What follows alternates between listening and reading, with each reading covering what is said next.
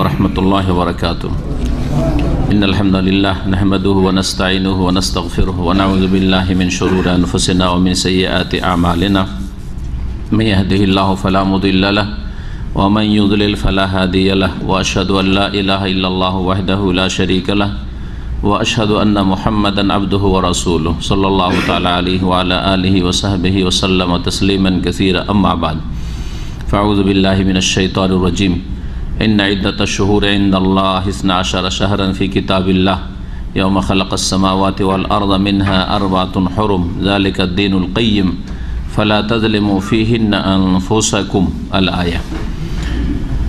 মহান আল্লাহর সমস্ত প্রশংসা যে আল্লাহ রাব্বুল আলামিন বছরকে 12 মাসে ভাগ করেছেন। মাসে কয়েক সপ্তাহ রয়েছে, প্রতি সপ্তাহে কয়েকটি দিন রয়েছে, প্রতিদিনে কয়েক ঘন্টা রয়েছে।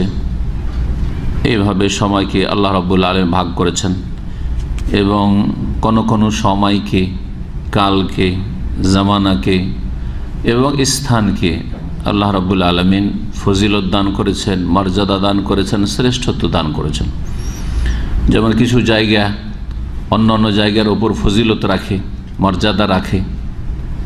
মক্কা মুকাররমা, মদিনা মুনাওয়ারা, বাইতুল মুকাদ্দাস, শাম দেশ, ফিলিস্তিন, এইরকমই কিছু কিছু সময় আছে যে সময়গুলি অন্য সময়ের ওপর, যেসব সাধারণ সময়কাল সেসব সময়ের ওপর প্রাধান্য রাখে, ফজিলত রাখে, মর্যাদা রাখে। তার মধ্যে বছরের 4টি মাস হচ্ছে হারাম সম্মানিত মাস, যা আল্লাহ রাব্বুল কোরআনে কারীমে ঘোষণা করেছেন। সালাত এবং সালাম নাযিল প্রিয় মুহাম্মদুর রাসূলুল্লাহ সাল্লাল্লাহু আলাইহি ওয়াসাল্লামের উপর, যিনি যে কোনো সময়ে কালে কি ধরনের ইবাদত বন্দেগী করতে হবে আর কি করতে হবে না এ সম্পর্কে যতটা আমাদের কল্যাণের জন্য ইহকাল পরকালের প্রয়োজন তা আমাদেরকে জানিয়ে দিয়েছেন। যে কোনো নেকির রাস্তা, সওয়াবের রাস্তা, ইহকাল পরকালের মঙ্গলের রাস্তা অবশ্যই রাসূলুল্লাহ সাল্লাল্লাহু আলাইহি ওয়াসাল্লাম আমাদেরকে জানিয়ে দিয়েছেন। আর যে কোনো খারাপ মন্দ রাস্তা, পথ যা আমাদের ইহকাল পরকালের দিন দুনিয়ার ক্ষতি করে সেসব থেকে রাসূলুল্লাহ সাল্লাল্লাহু আলাইহি ওয়াসাল্লাম সতর্ক করেছেন। আজকে আলোচনা করব বছর শুরু হলে কিছু বিদাত, কিছু ইসলাম বিরোধী কাজ, কুসংস্কার যে মুসলিম সমাজে চলে আসছে অথবা আগে থেকে চলে আসছে অথবা নতুন নতুনভাবে সেসবের উদ্ভব ঘটছে। পাশের লোক অথবা প্রচার মাধ্যমে, পাশের লোককে দেখে অথবা প্রচার মাধ্যমে কোনো কিছু দেখে শুনে নতুন নতুন কাজ করা শুরু করেছে, যেগুলি বিদআত বা ইসলাম বিরোধী কাজ, কোনো একটা সময়ের সাথে সম্পর্কিত অথবা স্থানের সাথে সম্পর্কিত।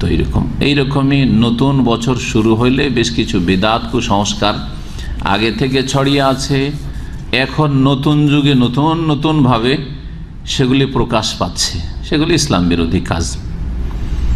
এরকমই বছরের সমাপ্তিতে কিছু বিদআত, কুসংস্কার আছে, আবার নতুন নতুনভাবে সেগুলির উদ্ভব ঘটছে। এসব থেকে সতর্ক করা জরুরি। আজকে আমরা মুহররম আল হারাম, যে 4টি সম্মানিত মাস আছে, হারাম মাস আছে, তার একটি মাসের 9 তারিখ শেষ করলাম, 10 তারিখের রাত। আর এই রাত এবং দিনটি হচ্ছে 10ই মুহররম, আশুরার দিন। আশুরার দিন, এই দিনে করণীয় রয়েছে। আর যা করণীয় তা রাসূলুল্লাহ সাল্লাল্লাহু আলাইহি ওয়াসাল্লাম জানিয়ে দিয়েছেন, বলে দিয়েছেন। এছাড়া এমন কিছু করা যাবে না যে সম্পর্কে রাসূলুল্লাহ সাল্লাল্লাহু আলাইহি ওয়াসাল্লামের পক্ষ থেকে কোনো রকমের অনুমতি বা দিক নির্দেশনা নেই। আল্লাহ রাব্বুল আলামিন এই 12টি মাসের কথা সূরা তাওবার আয়াত নম্বর 36-এ বর্ণনা করেছেন। মহান আল্লাহ ইরশাদ করেছেন, ইন্না ইদ্দাতাশ শুহুরি ইনদাল্লাহি 12 শাহরান, নিশ্চয়ই মাসগুলির সংখ্যা আল্লাহর নিকট হচ্ছে 12 মাস।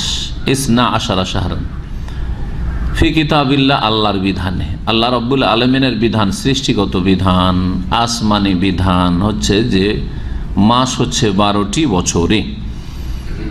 এই বিধান চলে আসছে কখন থেকে? ইয়াউমা খালাকাস সামাওয়াতি ওয়াল আরদ, সেই দিন থেকে যেই দিন আল্লাহ আকাশ সমূহ এবং পৃথিবী সৃষ্টি করেছেন, তখন থেকেই বছর 12 মাসে বিভক্ত।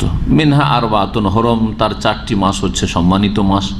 যালিকা দিনুল কাইয়িম, এই হচ্ছে প্রতিষ্ঠিত দিন, এটা হচ্ছে সঠিক দিন। এই 4টি মাস কি কি জানা আছে আপনাদের? 3টি পরপর, তা হচ্ছে জিলকাদা বা জিলকাদ, জিলহিজ্জা বা জিলহজ, আর এই মুহররম যে মাস চলছে পরপর, এই 3টি মাস। নবী সাল্লাল্লাহু আলাইহি ওয়াসাল্লামের হাদিস রয়েছে সালাসুন মুতাওয়ালিয়াতুন, 3টি মাস পরস্পর, একটা না। আর রাজাব ও মুদার, আর মুদার গোত্র যে আরব দেশের বড় একটি বংশ গোত্র, সেই বংশ এই রজব মাসের বেশি শ্রদ্ধা সম্মান করত, এই জন্য তাদের নামে খ্যাতি লাভ করেছে মাসটি সেই যুগে, এ রজব মাস। জামাদা সানির পরের মাস আর শাবানের আগের মাস, জামাদা সানি, তারপরে রজব, তারপরে শাবান, এ রজব মাস। ফালা তাজলিমু ফিহিন্না আনফুসাকুম, সুতরাং তোমরা এই 12 মাসে অথবা বিশেষ করে এই 4 মাসে, ফিহিন্না 12 মাসের দিকে ইঙ্গিত হইতে পারে এই জমিরের, আর ফিহিন্না মানে এই 4 মাসে হইতে পারে।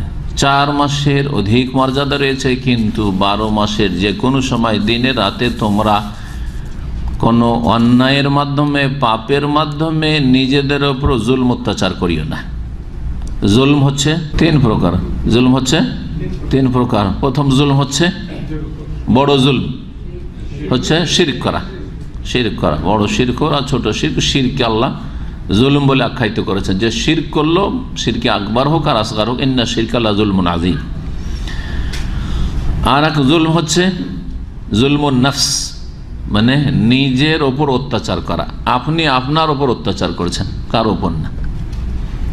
এর কারণে আপনাকে দুনিয়াতে ক্ষতিগ্রস্ত হইতে হবে, অথবা আখিরাতে মওতের পরে ক্ষতিগ্রস্ত হইতে হবে।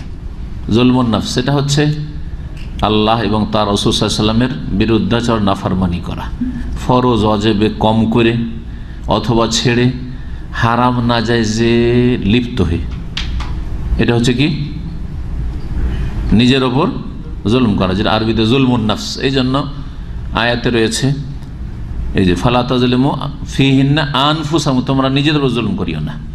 দোয়া আদম আলাইহিস সালামের দোয়া রয়েছে রব্বানা যালামনা আনফুসানা, হে আল্লাহ আমি আমার স্ত্রী নিজেদের উপর অত্যাচার করেছি।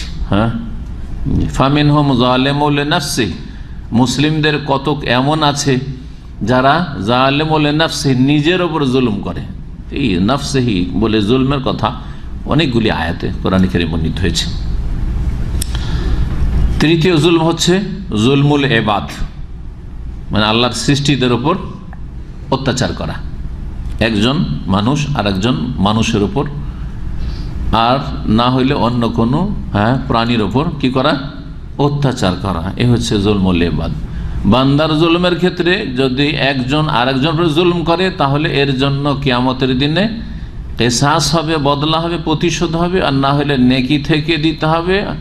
দুনিয়ায় যদি অব্যাহতি না নেন ক্ষমার মাধ্যমে অথবা পরিশোধের মাধ্যমে, তাহলে নেকি দিয়ে সেখানে মুক্তি লাভ করবেন, আর না হলে তাদের গুনাহ নিয়ে, যাদের উপর জুলম করেছে তাদের গুনার বোঝা নিয়ে জাহান্নামে চলে যেতে হয়।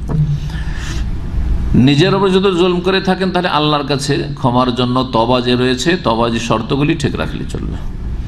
শিরকের মতো জুলম যদি হয়, ওই অবস্থায় মারা যায়, বড় শিরকে জুলম করে, তো কোনোদিন জান্নাতে আসবে না। যতক্ষণ তওবা করে সংশোধন করে আমি আর জীবনেও শিরক করব না, শিরক থেকে তওবা করে সত্যিকার মুমিন মুওয়াহহিদ তাওহীদবাদী না হয়ে যাবে। এই ছিল জুলম। আল্লাহ রাব্বুল আলামিন এই যে সময়কাল, এটা আমাদের বড় নিয়ামত। আমাদের আয়ু হচ্ছে আমাদের সময়, তাই না? দুনিয়ার যে দিন রাত, এগুলোতে আমাদের কিছু লাভ নেই। যতটা আপনি আমি নিজের আয়ুতে পাচ্ছি, সেটা আমার আপনার সময়।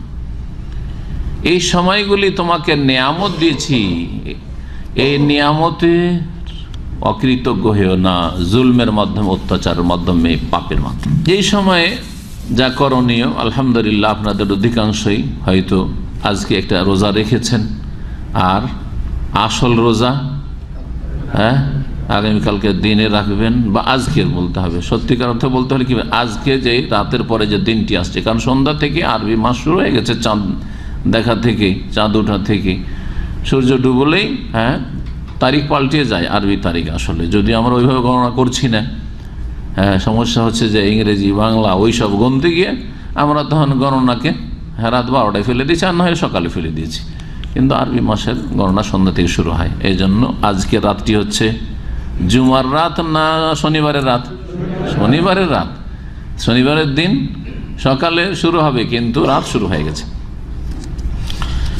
তো শনিবার হচ্ছে 10ই মুহররম, যার সিয়াম রোজা পালনের জন্য আজকে সহুর করবেন, হাদিসের ভাষায় সহুর, জি সহুর করবেন, সাহারি খাবেন, যদি ওইটাকে একটু উর্দু প্যাটার্নে নিয়ে আসেন তাহলে, কিন্তু সেহেরি ভুল কথা, সেহেরি শব্দটি ভাষাগত ভুল, কারণ সেহের মানে হয় জাদু, কিন্তু সেহের জাদুর সম্পর্ক এই খাবারের, সুন্নতি খাবারের সাথে কি সম্পর্ক? এই জন্য সাহারি বলতে শিখুন, আর না হইলে সবচেয়ে ভালো তাসাহারু ফাইন্না ফি সুহুরি বারাকা। নবী সাল্লাল্লাহু আলাইহি ওয়াসাল্লাম, তোমরা রোজা রাখার জন্য সহুর, তাসাহারু সহুর করো, সাহারি খাও, ফাইন্না ফি সুহুরে, সুহুরে বরকত রয়েছে। রোজা ধরার জন্য ফজরের আগে, এশা থেকে শুরু করে ফজরের মাঝখানে খেয়ে নিলেন, আর সবচেয়ে ভালো শেষ রাতে ফজরের কিছুক্ষণ আগে, শুভ সাদিকের আগে খাবেন, এটা হচ্ছে সুন্নতি সহুর, এতে বরকত রয়েছে। যদিও না খেয়ে অন্তরে নিয়ত থাকলে রোজা হয়ে যাবে, কিন্তু কমপক্ষে কিছু খাওয়াটা হচ্ছে সুন্নাহ, এবং এতে রয়েছে বরকত, দিন দুনিয়ার বরকত রয়েছে। যে আলোচনাগুলি, বরকতের দিকগুলি আমাদের রোজা রমজান আলোচনাতে আছে, কিভাবে বরকত হইতে পারে সহুরে সাহারি খেলে। যারা আজকে রোজা রাখতে পেরেছেন, তো আগামীকালকে তো রাখবেনই, দুটো হয়ে যাবে। আর যদি নাও রেখে থাকেন, ভাববেন না যে যখন রাখলামই না আজকে, তো আর কালকে একটা রোজা রেখে কি করব, এইরকম ভুল ধারণা থাকবেন। অনেকে কিন্তু এইরকম ভুল করেন যে রোজা যখন রাখা হয়নি, ভুলে গেছিলাম, বাদ দিন। না, একটা রোজা রাখবেন, ওতে আপনি সেই ফজিলতটি পাবেন যেই ফজিলতটি এই রোজা রয়েছে। এই দিনের রোজা হচ্ছে শোকের, দুঃখের রোজা না শুকরিয়ার রোজা? শুকরিয়া রোজা। কি শুকরিয়া? মুসা আলাইহিস সালাম শুকরানা রোজা রেখেছেন। নবী করিম সাল্লাল্লাহু আলাইহি ওয়াসাল্লাম, মুসা আলাইহিস সালামের সাথে আমাদের সম্পর্ক, ইহুদিরা তোমাদের চাইতে বেশি ঘনিষ্ঠ সম্পর্ক, সুতরাং মুসা আলাইহিস সালাম শুকরিয়া রোজা রেখেছেন আল্লাহর কৃতজ্ঞতায়, আমরাও আল্লাহর শুকরিয়া রোজা রাখছি। মুসা আলাইহিস সালামের অনুসারী খাঁটির মুসলিম যারা, তারা সত্যিকার মুসলিম ছিল, আমরাও মুমিন মুসলিম, সুতরাং আমরা তাদের এই ভালো কাজটি করব। ফাসামাহু রাসূলুল্লাহ সাল্লাল্লাহু আলাইহি ওয়াসাল্লাম, রাসূল নিজে রোজা রাখলেন, আমারা বেশি আমি রোজার হুকুম দিলেন। এই দিনে খুশির শুকরিয়া যে আল্লাহ রাব্বুল আলামিন তার প্রিয় বান্দা মুসা আলাইহিস সালাম রাসূলুল্লাহ, তাকে এবং তার জাতি মুমিন মুমিনাতকে আল্লাহ জুলম অত্যাচার থেকে রক্ষা করেছেন এবং ধ্বংস হওয়া থেকে রক্ষা করেছেন, পরিত্রাণ দিয়েছেন। আর আল্লাহর দুশমন ফেরাউন এবং ফেরাউনের যারা অনুসারী সেনাবাহিনী, তাদেরকে ডুবিয়ে ধ্বংস করেছেন। জানা আছে বিষয়গুলি। এই মুহররমের রোজা, এছাড়াও যদি মুহররমে আপনি বেশি বেশি রোজা রাখেন, এটা হাদিস দ্বারা প্রমাণিত।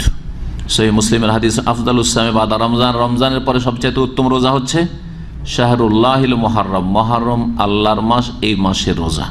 এখানে বলা হয়নি যে মুহররমের আশুরা রোজা, মুহররমের যে কোনো দিনের রোজা, বিশেষ করে সোমবার, বৃহস্পতিবার, আইয়ামে 20, 13, 14, 15। এই জন্য এই বছরের রোজা রাখার ক্ষেত্রে খুব একটা ভালো সুন্দর কয়েক দিনের সুন্নতি রোজা আছে।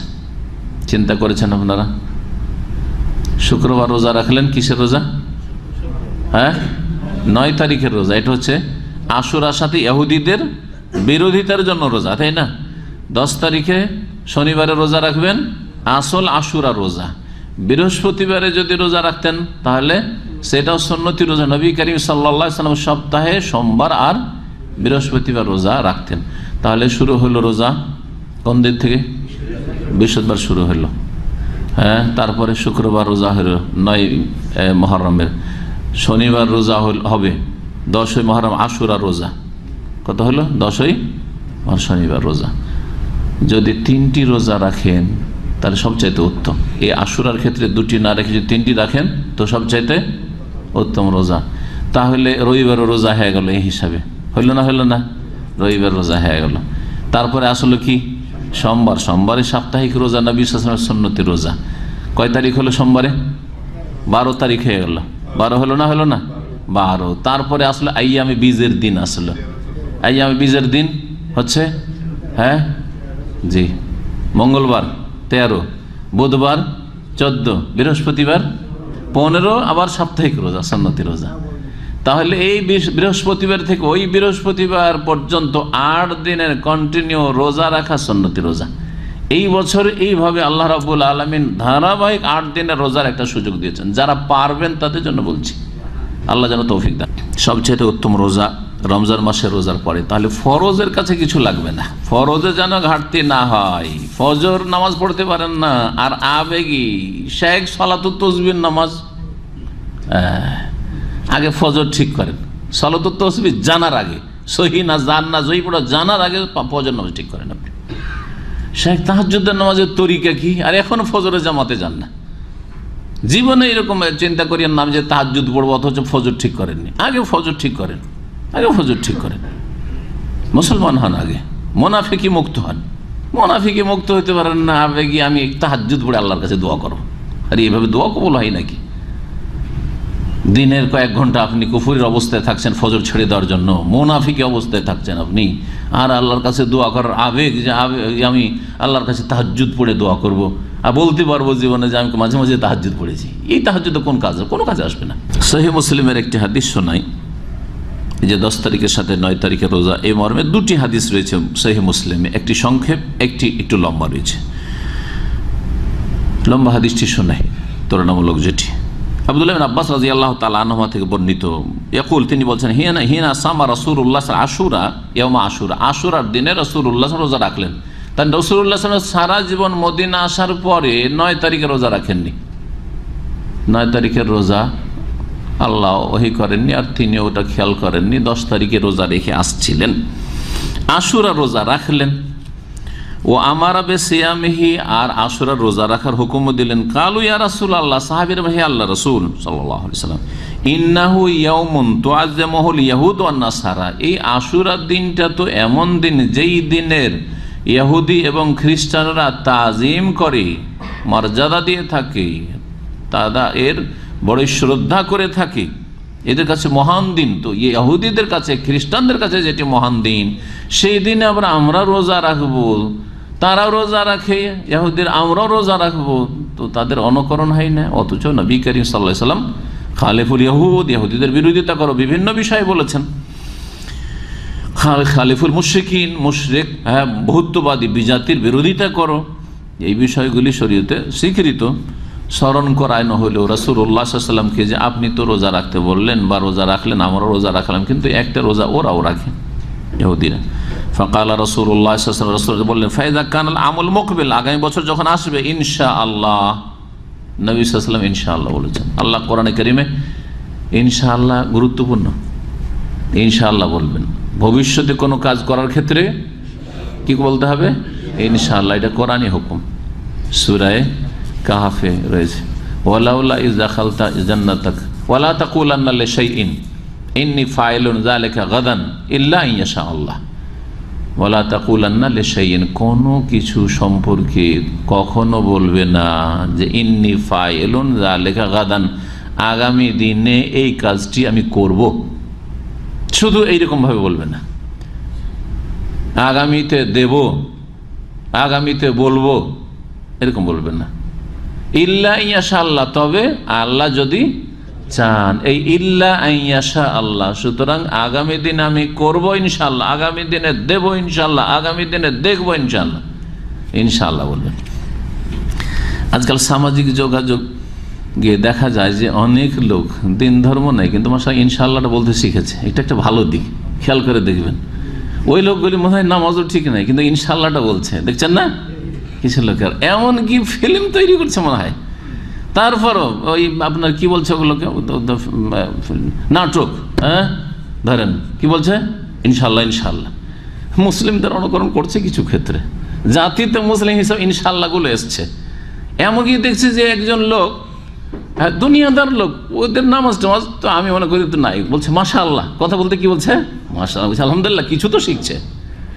ইসলামের যে খেদমতটা হচ্ছে আজকাল অনলাইনে, তাতে কিছু ভালো কথা তারাও শিখছে, যদিও তাদের এই জ্ঞানটা নেই যে আগে ফরজটা ঠিক রাখতে হবে, তারপরে এই সুন্নত নফল মুস্তাহাব কাজগুলি করতে, এই জ্ঞান নেই। যার ফলে ইনশাআল্লাহ বলছে, মাশাআল্লাহ বলছে, ওইদিকে ফরজ নেই হয়তো, বুঝতে পারছেন না? কিন্তু তারপরও এটা একটা ভালো দিক যে একটা যুগ ছিল সালাম দিতে জানতো না, হ্যাঁ মুসলিম সালাম দিত না যারা দুনিয়াদার অথবা বিদিন টাইপের, জাতিতে মুসলিম শুধু মাশাআল্লাহ ইনশাআল্লাহ তো জানতোই না, আজকাল শুনে শুনে শিখছে কিছু। ফায়দা কানাল আমল মুকবেল ইনশাআল্লাহ, আগামী বছর যখন হবে আল্লাহ যদি চান, সোমনাল ইয়াউমা তাসে, আমরা 9 তারিখে রোজা রাখবো, 10-এর সাথে কিন্তু। কালা বর্ণনা করে আব্দুল্লাহ ইবনে আব্বাস রাদিয়াল্লাহু আনহু বলছেন, ফালাম ইয়াতিল আমুল মুকবিল, আগামী বছর আসলো না, হাত্তা তুফিয়া রাসূলুল্লাহ সাল্লাল্লাহু আলাইহি ওয়াসাল্লাম, তার আগে রাসূলুল্লাহ সাল্লাল্লাহু আলাইহি ওয়াসাল্লামের ইন্তেকাল হয়ে গেল, ওয়াফাত হয়ে গেল, মৃত্যুবরণ করলেন। মুহররম মাসে বললেন এই কথা যে ঠিক আছে, এবার তো গেল 10 তারিখে রোজা রাখলাম, আগামী বছর যখন হবে, মানে আগামী মুহররম যখন আসবে, তখন কি করব, 9 তারিখে রোজা রাখবো। মুহররমের পরে সফর গেল, সফরের পরে রবিউল আউয়াল মাসে 12 তারিখে রাসূলুল্লাহ সাল্লাল্লাহু আলাইহি সাল্লামের ইন্তেকাল হয়ে গেল। আর আসলে তাই নবী সাল্লাল্লাহু আলাইহি সাল্লাম বাস্তবে 10-এর সাথে 9 তারিখে রোজা রাখার সময় সুযোগ পাননি, তার আগে ইন্তেকাল হয়েছে। তবে নবী সাল্লাল্লাহু আলাইহি সাল্লাম যেহেতু বলেছেন যে আগামী বছর আমরা রাখবো, সুতরাং তোমরা রাখো, তাই 9 তারিখে রোজা রাখা 10-এর সাথে সুন্নাত। শাইখুল ইসলাম ইবনে তাইমিয়া রাহমাতুল্লাহ আলাইহি এই বিষয়ে বলছেন যে আমরা 9 তারিখে রোজা রাখবো, ইয়ানি মাল আশির, 10-এর সাথে রাখবো। কেন রাখবো 9 তারিখের? লিআজালে মুখালাফাতিল ইয়াহুদ, ইহুদিদের বিরোধিতার জন্য। তাহলে আজকের রোজাটি ছিল যে রেখেছেন 9 তারিখের, এটা ইহুদিদের বিরোধিতার জন্য। যদি এইরকম সুন্নত মুস্তাহাব ইবাদত বন্দেগীতে কাফের বিজাতির বিরোধিতা শরীয়তের দাবি, তাহলে সভ্যতায়, সংস্কৃতিতে, চলনে, রূপ চেহারাতে, হ্যাঁ লেবাস পোশাকে ইত্যাদিতে কাফের বিজাতির অনুকরণ করা কি এটা কি ভালো লক্ষণ? না এটা নিন্দনীয়, হ্যাঁ নাজায়েজ কাজ, এটা গোলামির লক্ষণ, এটা বীরত্বের লক্ষণ, এটা হচ্ছে গোলামির লক্ষণ। মুসলিম জাতি দুর্বল এমন হয়েছে যে কাফেরদের কাছে দুর্বল হয়ে কাফেরদের সংস্কৃতি, সভ্যতা, বেশভূষা, লেবাস পোশাক, রূপ চেহারা, চুল কাটিং ফাটিং, হ্যাঁ সব তাদের। কাফেররা না দাড়ি রাখলে ভালো মনে করে না, তাই মুসলিমরা দাড়ি রাখে না। হ্যাঁ কাফেরদের চুলের কাটিং ফাটিং এইরকম, সেই জন্য তারা তাদের এইরকম চুলের কাটিং ফাটিং।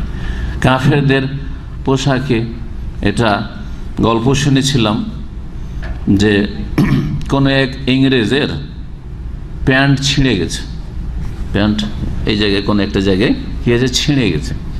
কারণ ছিঁড়ে গেছে তো আর এটাকে কাজে লাগে, একটু ছিঁড়ে গেছে ফেলে দেবো, তো ওখানে করে সে কি একটা নকশা করে দিয়েছে, এমব্রয়ডারি করে ওটা রিপু হয়ে গেল, জড়ানো হয়ে গেল, আর কি হলো ওর উপরে একটা নকশা করে দিয়েছে। ওটা দেখেছে এক শ্রেণীর গোলাম মুসলিম, দেখার পরে বলছে ওইটাও একটা সভ্যতা, এটাও একটা ফ্যাশন, আজকাল এক ফ্যাশন বলা হচ্ছে ড্রেসের, এটা হচ্ছে ফ্যাশন। তখন ওই রকম মার্কেটে সব ওই রকম প্যান্ট চলে আসলো, ওইটা একটা ফ্যাশন হয়ে গেল যে এটা একটা কাটিং ছাটিং। ব্রিটেনের ইংরেজদের গোলামির যুগের আর এক কিস্সা আছে। ব্রিটেনের রানী নাকি কোনো সময় পায়ে কিছু হয়েছে, ফোড়া হয়েছে বা কিছু হয়েছে, খুঁড়িয়ে খুঁড়িয়ে ল্যাংড়া হয়ে হেঁটেছিল, খুঁড়িয়ে খুঁড়িয়ে এরকম করে হেঁটেছে। যখন দেখলো প্রচার মাধ্যমে যে আরে ওই রানী এইরকম করে হাঁটছে, এটা একটা নতুন হাঁটার ফ্যাশন, হাঁটার ফ্যাশন। তো বিশ্বের অনেক মহিলা পুরুষ দেখলো এটাও একটা যখন ফ্যাশন, আমরাও খুঁড়িয়ে খুঁড়িয়ে হাঁটি, এরকম খুঁড়িয়ে খুঁড়িয়ে হাঁটা শুরু করলাম। এই হয়েছে মুসলিম জাতির অবস্থা, ইল্লা মান রাহিম আল্লাহ, হাতে গোনা অল্প কিছু লোক ছাড়া। কাফেরদের নোংরামিটাও খারাপটাও সভ্যতা লাগে, ভালো লাগে দেখতে, আর ওইটাই করা শুরু করে। বুঝুক আর না বুঝুক, লাভ না লস, দেখা দেখি না। ইহুদিরা করছে, খ্রিস্টান করছে, হ্যাঁ, সাদা চামড়াওয়ালারা করছে, সুতরাং এইটাই খুব সভ্যতা। হ্যাঁ, অবস্থা গোলামি। শারীরিক গোলামির চাইতে, বড় বড় গবেষক লেখকরা লিখেছে, শারীরিক গোলামির চাইতে মারাত্মক ভয়ঙ্কর হচ্ছে মানসিক গোলামি। বুঝলেন আমার ভাষাটা? শারীরিক গোলামি মানে কি? হ্যাঁ, কারো বাড়িতে গোলামি খাটা, কারো বাড়ি চাকর হে, হ্যাঁ, তার বাড়ি চাকর ধরে। চাকর হওয়াটা কত ছোট নজরে দেখা হয়। যাবেন কেউ চাকর হে খাটতে, আপনারা ধর ফ্রি হয়ে আমি কোথাও চাকরি বাকরি করবো, কিন্তু ওই গোলাম বাড়িতে কারো আমি করতে যাব, হ্যাঁ, চাকর হয়ে ওর বাড়ির চাষাবাদ, যা ইচ্ছা তাই হুকুম করবে, যে যার ইচ্ছা আমি চাকর খাটবো। এটা হচ্ছে শারীরিক গোলামি করা, দৈহিক গোলামি। দৈহিক গোলামি অনেক হালকা মানসিক গোলামির তুলনায়। মানসিক গোলামি হচ্ছে চিন্তা চেতনার গোলামি। ওরা আমাদের চাইতে শ্রেষ্ঠ, সুতরাং ওরা যা করছে ওটাই ভালো, হ্যাঁ, ওরা যেমন ঢঙে কথা বলে, যেমন পোশাক পরে সেটাই ভালো, হ্যাঁ, ওরা যেমন অ্যাক্টিং করে সেটাই ভালো, ওদের যেমন চেহারা তেমন ওটাই ভালো, ওদের যেমন চুলের কাটিং ওটাই ভালো। সেই জন্য আরও কিছু বেদিন পোলাপানকে দেখা যায় এইখানে করে, হ্যাঁ, হিন্দুদের টিকিও না আর মুসলমানদেরও কি চুল না, কথা বোঝা গেছে, মাঝামাঝি। হিন্দুদের টিক্কি থেকে একটু উন্নতি করে আর একটু এইদিকে ছড়িয়েছি গেছে। জি, গোলামের শেষ নেই, গোলামের শেষ নেই। মহিলারা যাদেরকে ঢাকতে বলা হয়েছে তারা কাপড়কে ছোট করছে, আর পুরুষ যাদের বলা হয়েছে যে হাঁটু পর্যন্ত খুললেও তোমাদের দোষ নেই, হাঁটু পর্যন্ত ঢাকলেই চলে, তারা নামাইতে নামাইতে টাকনার নিচে এমন করে নামাচ্ছে যে আর ঝাড়ুর প্রয়োজন নেই। ঝাড়ুর কাজ প্যান্ট দিয়ে করে দিচ্ছে, বা জুব্বা দিয়ে করে দিচ্ছে, লুঙ্গি দিয়ে করে দিচ্ছে। এগুলো কোত্থেকে আসলো? সব কাফেরদের গোলামি, কাফেরদের গোলামি।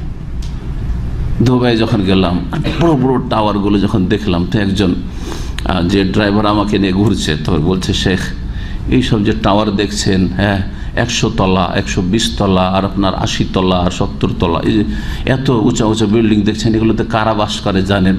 আমরা কারা বাস করে, ওর কাছে শুনতে চাইলাম, কারা বাস করে? হ্যাঁ, ওই রকম ভিআইপিরা বাস করে। তো আমি বলতে চাইছি মনে মনে, কিন্তু ওকে বললাম যে বলেন কারা বাস করে? বলছে এইখানে গরিবরা বাস করে, যাদের কাছে কাপড় কেনার পয়সা নেই, ওই জন্য ছোট ছোট কাপড় কিনে, একটু জাঙ্গিয়া, একটু হাফ প্যান্ট, হ্যাঁ, একটা শর্ট প্যান্ট, আর একটু এখানে একটু, গরিবরা বাস করে, গরিবরা বাস করে এখানে। জি, এগুলো হচ্ছে সব গরিবদের টাওয়ার, সব এগুলো যাদের কাপড়ের পয়সা জুটে না, কাপড়ের পয়সা জুটে না, যাদের মহিলাদের কাপড়ের পয়সা জুটে না, জি, মহিলাদের কাপড়ের পয়সা জুটে না, ওরা বাস করে এগুলোতে। আফসোস মুসলিম জাতির উপর। মুসলিম জাতি যে এত দুর্গত আর মার খাচ্ছে, এমনিতে না, মার খাচ্ছেন আর আক্ষেপও লাগছে, আফসোস লাগছে, কিন্তু সংশোধন তো কিছু নাই, জাতির কোনো সংশোধন নাই। জাতির যারা হর্তাকর্তা তাদের কোনো এইসব চিন্তা নেই যে আমাদেরকে ফিরে আসতে হবে, আমাদের মানে ইজ্জতের উৎস যেখানে সেখানে, ইজ্জত আমাদের কোথায় আছে সেখানে ফিরে আসতে হবে। ওয়ালিল্লাহিল ইজ্জাতু ওয়ালি রাসূলিহি ওয়ালিল মুমিনিন, ঈমানে ইজ্জত আছে, আল্লাহর সাথে থাকা ইজ্জত আছে, রাসূলের আদর্শে আসাতে ইজ্জত আছে। ওয়ালাকিন্নাল মুনাফিকিনা লা ইয়ালামুন, কিন্তু মুনাফিকরা জানেই না, বুঝারই চেষ্টা করেন। যারা 9 তারিখ হয়তো রাখলেন, আর 10 তারিখে রাখবেন, আর একটা রোজা রাখতে চাইছেন, তো 11 তারিখে রাখতে পারেন, এই মর্মে হাদিস আছে। তবে হাদিসগুলিকে সবগুলিকে আল্লামা আলবানী বা আরও অনেক মুহাদ্দিসরা জয়ীফ, দুর্বল বলেছেন। এই হাদিসগুলি দু একটি শোনাই। ইবনে আব্বাস রাদিয়াল্লাহু তাআলা আনহু থেকে বর্ণিত, রাসূলুল্লাহ সাল্লাল্লাহু আলাইহি ওয়াসাল্লাম বলেন, সুমু ইয়াউমা আশুরা, তোমরা আশুরার দিনে রোজা রাখো, ওয়া খালিফু ফীহিল ইয়াহুদ, এবং এই ব্যাপারে ইহুদিদের বিরোধিতা করো। সুমু ক্বাবলাহু ইয়াওমান, তার আগে একদিন রোজা রাখো, আও বাদাহু ইয়াওমান, অথবা তার পরে একদিন রোজা রাখো। তাহলে যারা শুক্রবারে রোজা রাখেননি এই বছরে, কালকে রাখবেন, আর তারপরে বা শনিবার রাখবেন, তারপরে রবিবারেও রোজা রেখে নেবেন, তারপরে একদিন। মুসনাদ আহমদের হাদিস 2047 নম্বর। আরেকটি বলা হয়, সুমু ইয়াউমা আশুরা ওয়া খালিফু ফীহিল ইয়াহুদ, সুমু ক্বাবলাহু ইয়াওমান ওয়া বাদাহু, আও অথবা এবং দিয়ে, দুই রকম আছে। এই হাদিসটি ইমাম সয়্যুতি বর্ণনা করেছেন বাইহাকিতে। হাদিসটি রয়েছে, আলবানী রাহিমাহুল্লাহ বলছেন দাঈফুন, হাদিসটি হচ্ছে দাঈফ। দাঈফুল জামে আস-সাগীরের 3506 নম্বর হাদিস। এই যে আগামী বছর বেঁচে থাকলে 9 তারিখে রোজা রাখবো, একটা হাদিস পেলেন, আর এই হাদিস আছে তোমরা একদিন আগে রাখো অথবা পরে, বা এবং পরে, অথবাও আছে আর এবং আছে। ইমাম ইবনুল কাইয়িম রাহিমাহুল্লাহ জাদুল মাদের দ্বিতীয় খণ্ড ৭৬ পৃষ্ঠায় বলছেন যে ইয়াওমান ক্বাবলাহু আও ইয়াওমান বাদাহু, একদিন 10 তারিখের আশুরার আগে অথবা কি পরে। এই যে অথবা আগে, আগে অথবা পরে, এর মানে হচ্ছে এই মাহু, ওর সাথে, ওর সাথে। কেমন অর্থ হবে? সোমো ইয়াওম মানে একদিন রোজা রাখো, মাহু 10 তারিখের সাথে, মাহু মানে সাথে। তাহলে অর্থ কি হয়ে যাবে? 10 তারিখের রোজা রাখো, তার সাথে একদিন আগে রাখো অথবা একদিন তার সাথে পরে রাখো। ইমাম ইবনুল কাইয়িম রাহমাতুল্লাহ আলাইহি আরো বলছেন আন্না সিয়ামে আশুরা সালাসু মারাতিব, এই আশুরা রোজার 3টি স্তর আছে, 3 রকম করেই রোজা রাখতে পারেন, যে কোনো এক রকম আপনি রাখতে পারেন। সওমুত তাসে ওয়াল আশির ওয়াল হাদি আশার ওয়া হাযা আকমালুহা, 9 তারিখ, 10 তারিখ, 11 তারিখ, এই 3 দিন, এই 3 দিন যদি রোজা রাখেন তাহলে এটা হচ্ছে সবচাইতে পূর্ণ রোজা, আকমাল, অধিক পূর্ণ রোজা, বেশি ভালো। দ্বিতীয় স্তর হচ্ছে 2 দিনের রোজা, সওমুত তাসে ওয়াল আশির, 2 দিন রোজা রাখেন, 9 এবং 10 রাখেন। ওয়া আলাইহি আকসারুল আহাদিস, এর সমর্থনে অধিকাংশ হাদিসগুলি রয়েছে এবং সহিহ হাদিস রয়েছে। 3 নম্বর স্তর হচ্ছে সওমুল আশির ওয়াহদাহু, শুধুমাত্র 10 তারিখের একদিন রোজা রাখা। ওয়ালা ইউকরাহ, এটা মাকরুহ নয় বা নাজায়েজ নয়। আলা সাই, সঠিক মতে, সঠিক মতে বলার উদ্দেশ্য হচ্ছে ওলামাদের ইখতিলাফ আছে। কেউ যদি একদিন রোজা রাখে, কিছু ওলামারা বলছেন যে এটা মাকরুহ, কারণ ইহুদিদের অনুকূলে পক্ষে হয়ে গেল, তাদের অনুকরণ হয়ে গেল। আর আরেক দল বলছেন যে সঠিক মতে মাকরুহ নয়, এই জন্য যে রাসূলুল্লাহ সাল্লাল্লাহু আলাইহি সাল্লাম মদিনায় আসার পরে কি করেছেন? একদিন রোজা রেখেছেন। তারপরে যখন তাকে বলা হলো যে এরকম ব্যাপার, তখন বলে ঠিক আছে, তাহলে আগামী বছর থেকে 2টো রাখি, বিরোধিতা করি, তো রেখেছেন। ইফরাদুল ইয়াউমুল আশির বিসওম, শুধুমাত্র 10 তারিখের যদি রোজা রাখে তাহলে ওয়ালা ইউকরাহ, এটি আপত্তিকর নয়, মাকরুহ নয়, অপছন্দনীয় নয়। যেমন ইমাম ইবনে তাইমিয়া রাহমাতুল্লাহ আলাইহি এই মতটি পোষণ করেছেন তার আল ইখতিয়ারাত নামক কিতাবের 101 পৃষ্ঠায়। আজকের আলোচনাটি একটু দলিল, হাওয়ালা, রেফারেন্স সহ করছি। আর এমনি যখন আলোচনা করি ধরেন, তখন মুখস্থ আলোচনাতে অত রেফারেন্স দেওয়া সম্ভব হয় না, যার ফলে এই আলোচনাগুলি যারা নিয়মিত একটু অ্যাডভান্স স্টুডেন্ট বা নিয়মিত যারা শোনেন তাদের জন্য বেশি উপকারী। এই আলোচনাগুলি হয়তো অনেক সময় বারবার শুনছেন, সেই জন্য পুরাতন ভাইদেরকে লাগবে যে এগুলো তো পুরাতন কথা, কিন্তু এতেও বেশ কিছু ফায়দার দিক আছে যেগুলির খেয়াল রাখবেন। আসল আলোচনা যেটা করতে চাইব যে এই সময়ের এতক্ষণ তো যেগুলি করার বিষয়, করণীয় আশুরায় বা মুহররমে, সেগুলি বললাম। যেগুলি করবেন না, বেদাত বা ইসলাম বিরোধী কাজ, শরীয়ত বিরোধী কাজ নতুন বছরে করে থাকে অথবা মুহররমে করে থাকে, সেই আলোচনাগুলি সংক্ষেপে পড়ি। নতুন বছর শুরু হলে অভিনন্দন জানানো, মোবারকবাদ জানানো, হ্যাঁ, যেমন ইংরেজি মাস শুরু হলে ইংরেজিতে কি বলে? হ্যাপি নিউ ইয়ার বলে না? বলে না? বলে না, শুধু লিখেও আজকাল পোস্টারে লেখা হচ্ছে হ্যাপি নিউ ইয়ার, তারপরে আপনার হোয়াটসঅ্যাপে, ফেসবুকে হ্যাপি নিউ ইয়ার। এটা তো ইংরেজি তারিখে লিখে। যদি কেউ এই কথাটি আরবি ভাষা অথবা বাংলা ভাষায় বা ইংরেজিতে যদি মুহররম, যেটা আল্লাহর মাস, আরবি ইসলামিক মাসের বা বছর, ইসলামিক বছরের প্রথম মাসে, নতুন বছরে, নববর্ষে, যদি নতুন যখন বছর শুরু হচ্ছে তখন যদি কেউ লিখে অথবা বলে হ্যাঁ যে নতুন বছর মোবারক, হ্যাঁ 1439 হিজরি মোবারক, বলে তো এর হুকুমটা কি? এই বলা জায়েজ নয়, এটা জায়েজ নয়। এগুলি হচ্ছে বিদআত, এবং এই বিদআতগুলি খুব পুরাতন বিদআত না, এখন নতুন নতুন এগুলোর উদ্ভব ঘটছে। জি, আর এই বিদআতগুলি আরব কিছু বিদআতিরা শুরু করেছে। আরব বলতে সৌদি আরব মানুষ বলছে না, কারণ সৌদি আরব মানুষ অনেকটাই তাওহীদ সুন্নাত আকিদার ক্ষেত্রে ভালো জানে এরা, কিন্তু আশেপাশের আরব দেশগুলিতে বহু বিদআত আছে, আর নতুন নতুন বিদআত দেখা যাচ্ছে। আরবিয়ান, আরবি ভাষা তাদের, জুমা মুবারক আজকাল হোয়াটসঅ্যাপের গ্রুপে দিয়ে দিচ্ছে, জুমা মুবারক, হ্যাঁ ঈদ মুবারক।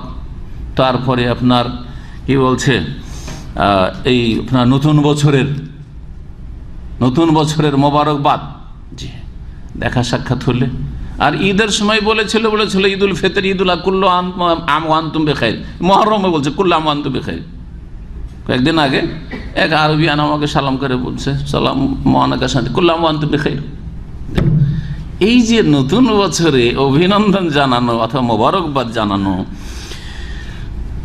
এটা ঠিক নয়, শরীয়ত বিরোধী কাজ। কেন?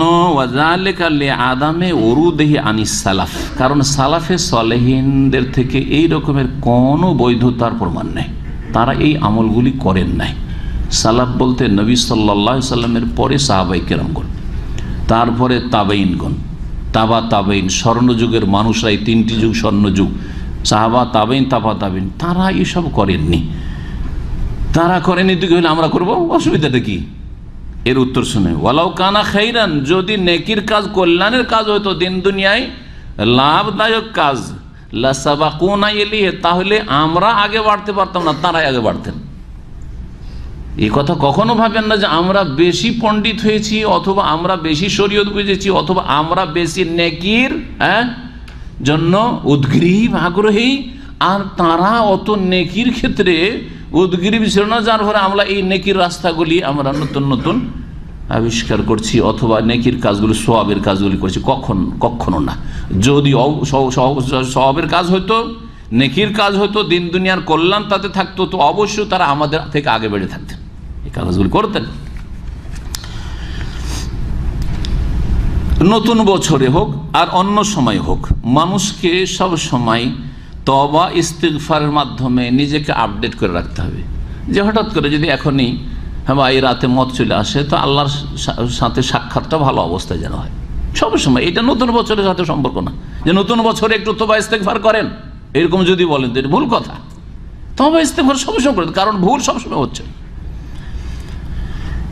কিন্তু মাঝে মধ্যে স্মরণ করানো যেতে পারে। তার মধ্যে এই সময় স্মরণ করাতে পারেন যে একটা বছর শেষ হচ্ছে, আর একটা বছর শুরু হচ্ছে, সুতরাং এখন চিন্তা করুন যে আপনি কি অবস্থায় আছেন, বেশি বেশি নেক আমল করুন, জিকির আজকার করুন, ফরজ ওয়াজিবের হেফাজত করুন, 5 ওয়াক্ত নামাজ শর্ত, রুকন, ওয়াজিব এবং সুন্নতের হেফাজতের সাথে আদায় করুন, গুনাহ অন্যায় থেকে বেঁচে থাকুন, এবং নিজের আমলনামাকে ক্লিন, পরিষ্কার করার চেষ্টা করুন গুনহার বোঝা থেকে, গুনাহ থেকে। নিজের আত্মপর্যালোচনা করুন, নিজের হিসাব নিকাশ নিজেই কষুন, এবং মওতকে বেশি বেশি স্মরণ করুন। এত লম্বা চিন্তা করিয়েন না যে আমি এতদিন বাঁচবো আর এই কাজগুলি করব, বরং এই চিন্তাটা বেশি করেন যে কি জানি এই রাতটা পার হবে কিনা, হয়তো আমার এশার নামাজটা শেষ নামাজ ছিল। চিন্তা দুইজন পাশাপাশি বসে আছেন, একজন চিন্তা করেছেন যে এই 5 বছর মধ্যে আমি এই কাজ করব, আর তারপরের 5 বছর এই কাজ করব, তারপরের 5 বছর এই কাজ করব, এই করে 5 বছর করতে করতে অনেক দিনের হিসাব করে বসে আছেন। আর একজন এই রাতের ফিকির করছেন যে আল্লাহ এশাটা পড়লাম, ফজর পড়ার সুযোগ পাবো কিনা, আজকে 9 তারিখে রোজা রাখলাম, 10 তারিখে এই রোজা আশুরা রোজার সহুর করার সুযোগ পাবো কিনা, আর এই রোজাটা পুরো করতে পারবো কিনা।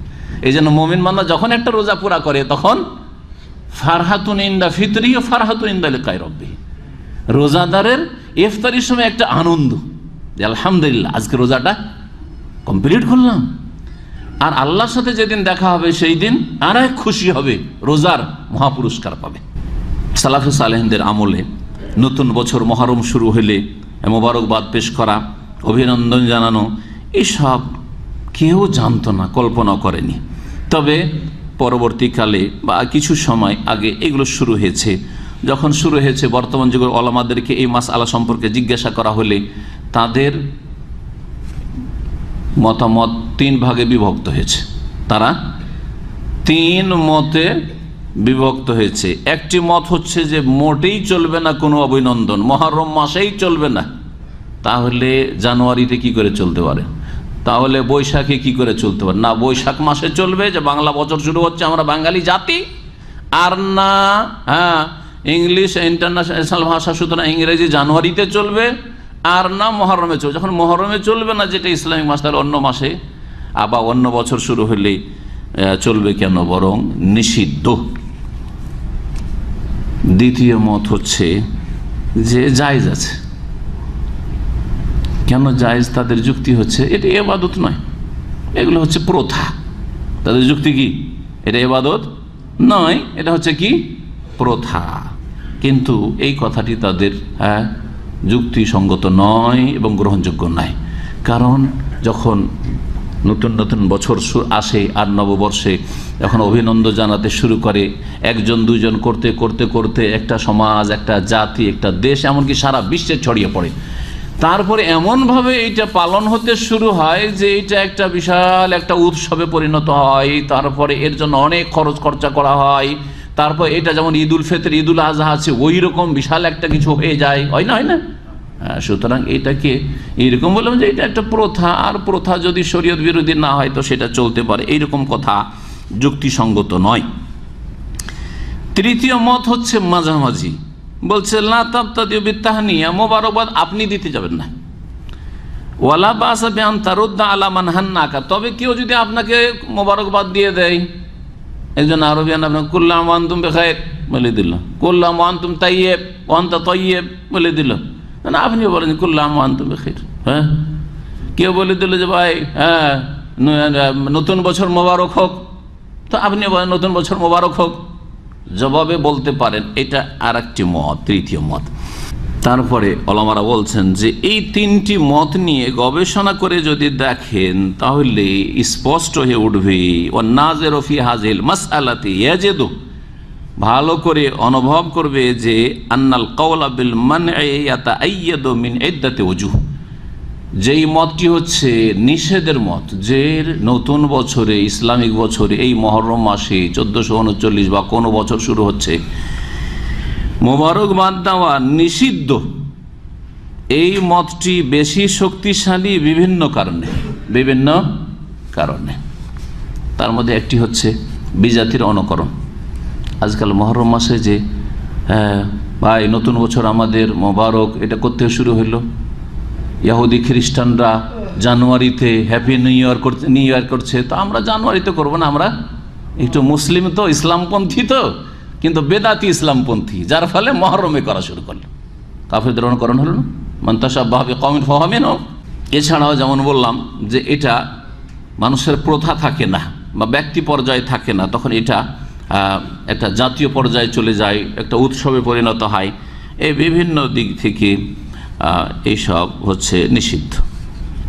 একটি বিদাতি ধারণা আছে আরও, যে বছর যখন শেষ হয় তখন আমলনামা ক্লোজ হয়, এইরকম বিদাতি ধারণা আছে। অনেক আরব মূর্খদেরও ধারণা আছে। তো এই ধারণা বিদাতি ধারণা, এটা হচ্ছে বিদাতি আকীদা। বরং মানুষের আমলনামা ক্লোজড হয় কখন? যখন মানুষ মৃত্যুবরণ করে, মারা যায়। ওই যে আমলনামা যেদিন ভূমিষ্ঠ হয়েছে, খুলেছে, খোলায় আছে, নেকি লেখা হচ্ছে, গোনা লেখা হচ্ছে, নেকি করলে নেকি, গোনা করলে গোনা। আর তারপরে কখন বন্ধ করে দেওয়া হয়? হ্যাঁ, এজা মাতা ইবনু আদম ইনকাতা আনহু আমালুহু, আদম সন্তান মারা গেলে ওর আমল বন্ধ হয়ে গেল। আমল বন্ধ, সুতরাং লেখালেখি বন্ধ, ভালো নেই মন্দও নেই, তার আফজাইলা মা কাদ্দামা, যা কিছু করেছে পৌঁছে গেছে, সেখানে পেয়ে গেল। রব্বুল আলামিন কোরআনে কারীমের আম্মা পাড়ার একটি সূরা, সূরা তাকবীর, ইজা শামসু কুওয়িরাতে বলেছেন, ওয়াইজা সুহুফু নুশিরাত, স্মরণ করো সেই দিনকে, সেই সময়কে যখন আমলনামা উন্মুক্ত করা হবে বা উন্মোচিত করা হবে, আমলনামা কর্মলিপি খুলে দেওয়া হবে, সেটা হাসরের মাঠে, তখন সেটা দেখানো হবে। আর মওতের সাথে সাথে সেটা বন্ধ করে রেখে দেওয়া হয়েছে, প্রত্যেকের আমলনামা নিয়ে উঠবে সেই দিন। অনেকের ধারণা যে নতুন বছর যখন শুরু হয় বা বছর শেষ হয়, বছর যখন শেষ হয় তখন সারা বছর আমল আল্লাহর সামনে কি করা হয়? পেশ করা হয়। এই ধারণা সম্পর্কে কি বলবেন? বলেন। ঠিক আছে, যে প্রতি বছর ইয়ারলি যেন বাৎসরিক কি হয়, ইনভেন্টরি হয় কোম্পানিতে, হয় না? হ্যাঁ, বাৎসরিক একটা কি হয়, যাদের হিসাব নিকাশ, কি লাভ হলো কি লস হলো হয়, যেন আমাদের দেশের লাভ লস ইত্যাদি হিসাব নিকাশ করে নতুন বছর নতুন খাতা খোলার জন্য হাল খাতা বৈশাখ মাসে করে। হাল খাতা বুঝেন, বলেন তো আপনারা? হাল খাতার জন্য মিষ্টি ফিষ্টি খান না, খাওয়াই না, দোকানদাররা খাওয়াই আমাদের দেশে। তো এইরকম বছর যখন নতুন করে শুরু হয়, একটা বছর শেষ হলো, হিসাব নিকাশ করে কি লাভ লস এসব করলো, তারপরে তো আবার নতুন বছর শুরু করলো। তো এইরকম ধারণা নিয়েই শুরু হয়েছে যে প্রতি বছরের বছর শেষ হইলে, তার মানে জিলহজ মাস শেষ হইলে আর মহরম শুরু হতে যাচ্ছে, ওই সময় আল্লাহর কাছে আমল নামা পেশ করা হয়। এই ধারণা ঠিক না ভুল? ভুল, বেদাতি ধারণা, বেদাতি ধারণা। আমল নামা কখন পেশ করা হয়? তাহলে আমল নামা তো আল্লাহর কাছে পেশ করা হয়, কখন পেশ করা হয়? একটা হচ্ছে বাৎসরিক পেশ, একটা হচ্ছে সাপ্তাহিক পেশ করা, একটা দৈনিক পেশ করা, 3 রকম রয়েছে। বাৎসরিকটা বলেন। লাইলাতুল কাদরে লিখা হয় বাৎসরিক তকদির লিখা হয়, ফিহা ইউফরাকু কুল্লু আমরিন হাকিম, কিন্তু আল্লাহর সামনে আমলনামা পেশ করা হয় বাৎসরিক। এই মর্মে আরেকটি হাদিস আছে নাসাইতে, শাবান মাসের 15 তারিখে, শাবান মাসের 15 তারিখে বা শাবান মাসে 15 তারিখ বলে তো নাই, শাবান মাসে, শাবান মাসে বলে আছে। এই মর্মে যে হাদিস রয়েছে, নবী করিম সাল্লাল্লাহু আলাইহি ওয়াসাল্লাম বেশি বেশি শাবানে রোজা রাখতেন। শাবানের 15 তারিখ না, শাবান 15 তারিখে শবে বরাত নাম দিয়েছে, সেটাও বিদাতি নাম। এবং শাবানের শুধু 15 তারিখে রোজা রাখা আর রাত্রে নফল পড়া, ওটাও বিদাতি আমল, কারণ এগুলি জালার জয়ীফ হাদিস। কিন্তু শাবান মাসে আল্লাহর কাছে বাৎসরিক রিপোর্ট পেশ হয়, শাহরুন বলে আছে, ইয়ামুন বলে নাই, আর ওই খামসাত আশারা 15 শাবান বলেও নাই, বা নিসফে শাবান বলেও নাই। হাদিসের এবারতটা এইরকম আছে শব্দগুলি। নবী করিম সাল্লাল্লাহু আলাইহি সাল্লাম রোজা রাখতেন বেশি বেশি শাবান মাসে। তখন সাহাবীরা জিজ্ঞেস করেন, ইয়া রাসূলুল্লাহ, আপনি শাবানে রোজা রাখছেন এত বেশি, লাম আরাকাতা সুমু শাহরান কত গায়রা শাবান, শাবান মাস ছাড়া এত বেশি অন্য কোনো সময় কোনো মাসে রোজা রাখতে দেখি না আপনাকে। তখন নবী সাল্লাল্লাহু আলাইহি ওয়াসাল্লাম বলেন, যাকা শাহরুন ইয়াগফালু আনহুন নাস, এই মাসটি এমন মাস যেই মাসে লোকেরা গাফিলতির শিকার অধিকাংশই, বাইনা রাজাব ও রমজান, রমজান আর রজবের মাঝখানের শাবান মাস। কারণ অনেকে ভাবে যে সামনে তো রমজান মাস আসছে, বড় ইবাদতে মেহনত করব, তো থাক এখন একটু রোজা রাখবো না, রোজা তো রাখতেই হবে গোটা মাস ধরে, তাই না? এটা গাফিলতি আসতে পারে। তারপরে কিয়ামুল লাইলতে করব, তারাবি পড়বো, সুতরাং যাকে তাহাজ্জুদটা না হয় একটু কমই পড়লাম শাবানে, গাফিলতি আসতে পারে স্বাভাবিক। বলছে এই মাসে অনেক লোকই গাফিল থাকে ইবাদত বন্দেগী থেকে, নফল ইবাদত বন্দেগী থেকে। ওয়া হুয়া শাহরুন তুরফাউ ফীহিল আমালু ইলা রাব্বিল আলামিন, এই শাবান মাস এমন একটি মাস যাতে আমল আল্লাহর কাছে উঠানো হয়, রব্বুল আলামিনের কাছে উঠানো হয়। তাহলে আমল বাৎসরিক উঠানো হয় কখন? শাবান মাসে, গোটা শাবান মাসে, কোনো এক বিশেষ তারিখের কথা নেই হাদিস। সাপ্তাহিক আমল রিপোর্ট আল্লাহর কাছে পেশ করা হয় কখন কখন? সোমবার আর বৃহস্পতিবার। নবী করিম সাল্লাল্লাহু আলাইহি ওয়াসাল্লামকে জিজ্ঞেস করা, সোয়েলা রাসূলুল্লাহ আন সিয়ামি ইয়াউমাইল ইসনাইন ওয়াল খামিস, সোমবার আর বৃহস্পতিবার রোজা সম্পর্কে জিজ্ঞাসা করা, ইয়া রাসূলুল্লাহ, এই দিনে রোজা কেন রাখছেন বা কেন রাখতে বলছেন আমাদেরকে? নবী সাল্লাল্লাহু বলতেন যে এই দিনে তুরাজুল আমালু ইলা রাব্বিল আলামিন ইয়াউমাইল ইসনাইন ওয়াল খামিস, সোমবারে আর বৃহস্পতিবার আল্লাহর কাছে আমল পেশ, তুরাজুল আমাল বা তুরফাউল আমাল, আমল উঠানো হয় বা পেশ করা হয়। ফা উহিব্বু আন ইউরফা আমালি ওয়া আনা সাইম, আমি নিজের জন্য পছন্দ করি যে আমার আমল রিপোর্ট যখন আল্লাহর কাছে পেশ করা হবে তখন যেন আমি রোজার অবস্থায় থাকি, যাতে করে ফেরেশতারা আমার রিপোর্টে লিখে সোমবার রোজায় আছেন বান্দা, বৃহস্পতিবার বান্দা রোজায় আছেন। জি, রোজার দিনে যাতে করে পেশ করা হয়, আমার রিপোর্ট ভালো হয়। আমার দৈনিক আমল পেশ করা হয় আল্লাহর কাছে কখন কখন? একবার না দুইবার? দুইবার। কখন? ফজরের নামাজে আর আসর নামাজ। এই মর্মে সহিহ বুখারী মুসলিম হাদিস রয়েছে, ইয়াতাআকাবুনা ফিকুম মালায়েকাতুম বিল-লাইলি ওয়া মালায়েকাতুম বিন-নাহার, পালাক্রমে তোমাদের কাছে ফেরেশতারা আসে, একদল ফেরেশতা রাতে, একদল ফেরেশতা দিনে।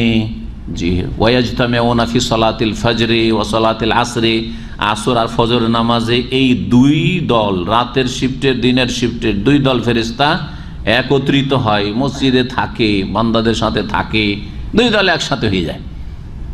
যারা চলে যাবে ডিউটি শেষ করে আর যারা ডিউটি করতে আসবে। দেখছেন না হসপিটালে শিফটিং ডিউটিতে, হ্যাঁ 8 ঘন্টা পর পর ডিউটি, যখন শেষ হচ্ছে আর শুরু হচ্ছে, যাদের শুরু হচ্ছে ওরা এসে হাজির হয়েছে, যাদের শেষ হচ্ছে ওরা যাচ্ছে। ওই সময় কিন্তু ওদের দেখা সাক্ষাৎ হয়, একদল বেরিয়ে যাচ্ছে আর একদল ঢুকছে, ইন করছে আউট, ওই সময় দেখা সাক্ষাৎ হয়। ঠিক ওই রকম ফেরেশতাদের আসরের নামাজে আর ফজরের নামাজে। সুতরাং আসর আর ফজরের খুব গুরুত্ব রয়েছে, আর এই সময়গুলি বড় গাফিলতির সময়। আসর আর ফজর যদি ঠিক করে নিতে পারেন তাহলে মুনাফিকি মুক্ত অনেকটাই। আল্লাহ রাব্বুল যেন আসর ফজর হেফাজতের তৌফিক দান করেন, 5 ওয়াক্ত নামাজের হেফাজতের তৌফিক দান করেন। আমল পেশ করা হবে আল্লাহর কাছে মহরমে, এটা বেদাতি ধারণা। এর আর একটা দিক দলিল, যে এই যে বছর শুরু হবে মুহররম থেকে আর জিলহজে শেষ হবে, এটা নবী সাল্লাল্লাহু আলাইহি ওয়াসাল্লাম জামানায় ছিলই না, আবু বকর সিদ্দিক রাদিয়াল্লাহু জামানায় ছিল না, উমর রাদিয়াল্লাহু তাআলা আনহুর জামানা শুরু হলো 13 হিজরি থেকে নিয়ে, তারপরে 4 বছর পরে 17 হিজরিতে উমর রাদিয়াল্লাহু তাআলা প্রথম এই হিজরি সাল গণনা শুরু করলেন। বছর শুরু করলেন কখন থেকে? পরামর্শের পরে মুহররম থেকে শুরু করে জিলহজে গিয়ে শেষ। তাহলে তার আগে পর্যন্ত মুহররমে নতুন বছর শুরু হয়, কল্পনাও ছিল না।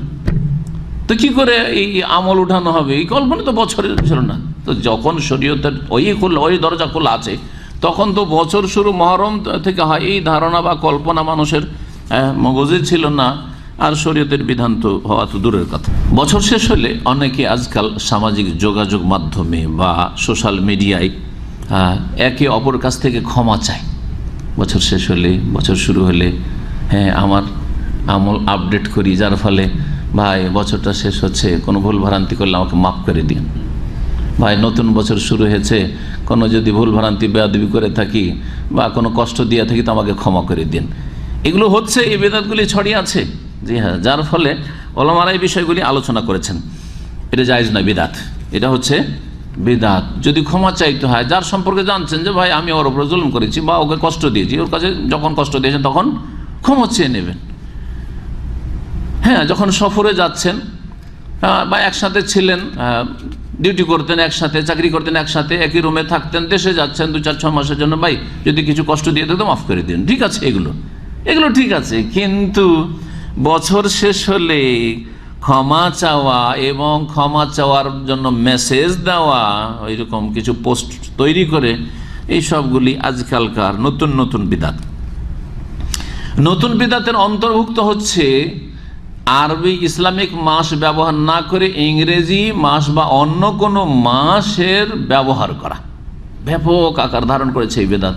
আল্লামা শাইখ সালেহ ফৌজান এটাকে বেদাত বলেছেন, এবং কাফেরদের অনুকরণ বলেছেন, যে আপনি জানুয়ারি থেকে নিয়ে ডিসেম্বর পর্যন্ত লেনদেন, আদান প্রদান সব কিছু তারিখ আপনার কি ইংরেজি তারিখ, আরবি তারিখের সাথে কোনো সম্পর্ক নেই।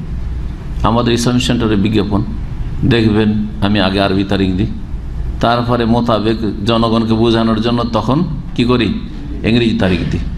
একবার এক ভাই লিখেছে আরবি তারিখ দেয়নি, ইংরেজি তারিখ দিয়ে আমার কাছে পোস্টার এসে বলছে চলবে না, চলবে না, এটা কাফেরদের গোলামি, চলবে না।